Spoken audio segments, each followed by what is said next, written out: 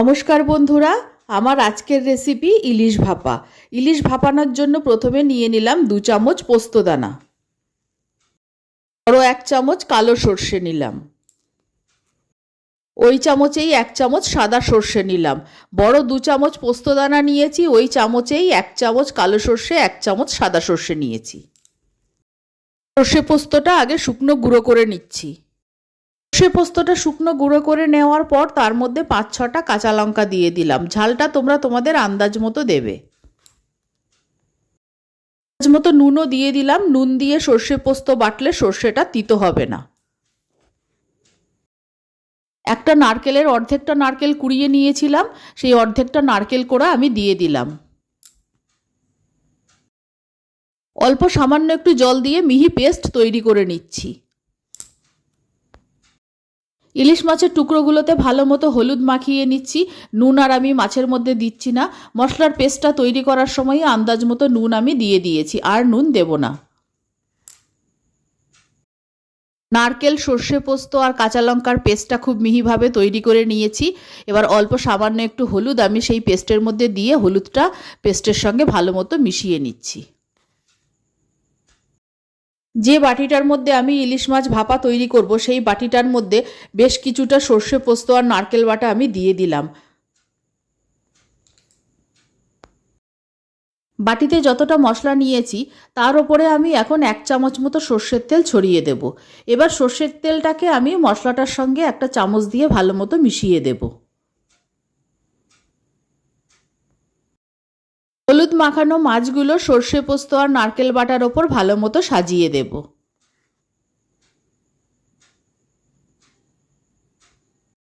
সব মাছ বাটির মধ্যে দিয়ে দিয়েছি।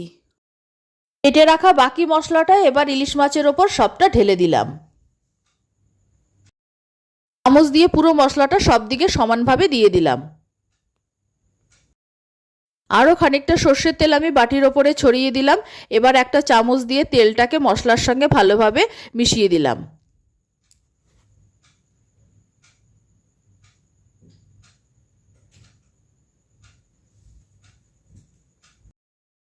সবার শেষে দিয়ে দিলাম ওপরে 4টি কাঁচা লঙ্কা। আমি কড়াইতে খানিকটা জল গরম করে নিয়েছি। জলের মধ্যে এবার একটা স্ট্যান্ড বসিয়ে দিলাম, কিন্তু স্ট্যান্ডটা আমার বড় হয়ে গেছে, তাই উল্টো দিক করে বসালাম। স্ট্যান্ডের মাঝের এই গোল অংশটায় আমি বাটিটা বসিয়ে দেব। বাটিটা এবার স্ট্যান্ডের ওপর বসিয়ে দিলাম। এবার কড়াইতে আমাকে আরও একটু জল দিতে হবে, যাতে জলটা যখন ফোটে টিফিন বক্সের মাঝখান পর্যন্ত যাতে জলটা আসে।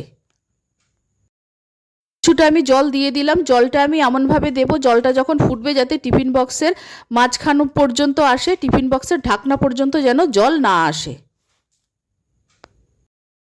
এবার গ্যাসের ফ্লেমটা আমি হাই করে দিলাম যাতে জলটা টকবক করে ফোটে, আর একটা ঢাকনা দিয়ে আমি কড়াইটা মিনিট 15-এর জন্য ঢেকে দিলাম। মাঝখানে একবার কড়াইয়ের ঢাকনাটা আমি খুলে নিয়েছি তোমাদের দেখানোর জন্য জলটা ফুটছে আর জলটা বাটির কতটা পর্যন্ত আসছে। এইভাবে মাছটাকে ভাপালে মাছটা খুব ভালোভাবে সিদ্ধ হবে আর খুব স্বাদও হবে। আমি আবার ঢাকনা দিয়ে দিচ্ছি। 15 মিনিট মাছটাকে আমি ভাপিয়ে নিয়েছি। এবার গ্যাসটা বন্ধ করে দিয়েছি। এবার বাটিটা গরম জলের মধ্যেই আরও 10 মিনিটের জন্য রেখে ঢাকনা দিয়ে রেখে দিলাম। তৈরি হয়ে গেছে ইলিশ ভাপা। দেখো বন্ধুরা, দেখতে কতটা সুন্দর হয়েছে। আমি গরম গরম ভাতের সঙ্গে এখন এই ইলিশ ভাপাটা পরিবেশন করব। ইলিশ ভাপা আমি ভাতের সঙ্গে পরিবেশন করছি। আমার এই রেসিপি আশা করছি তোমাদের সকলেরই ভীষণ ভালো লাগবে। আমার রেসিপি ভালো লাগলে আমার চ্যানেলকে সাবস্ক্রাইব করো, লাইক করো, শেয়ার করো, আমার পাশে থেকো। আর আমার নতুন পুরনো সকল বন্ধুদের আন্তরিক ধন্যবাদ, ভালোবাসা জানিয়ে আমি আমার ভিডিও শেষ করছি। সকলকে অসংখ্য অসংখ্য ধন্যবাদ ও ভালোবাসা জানাচ্ছি।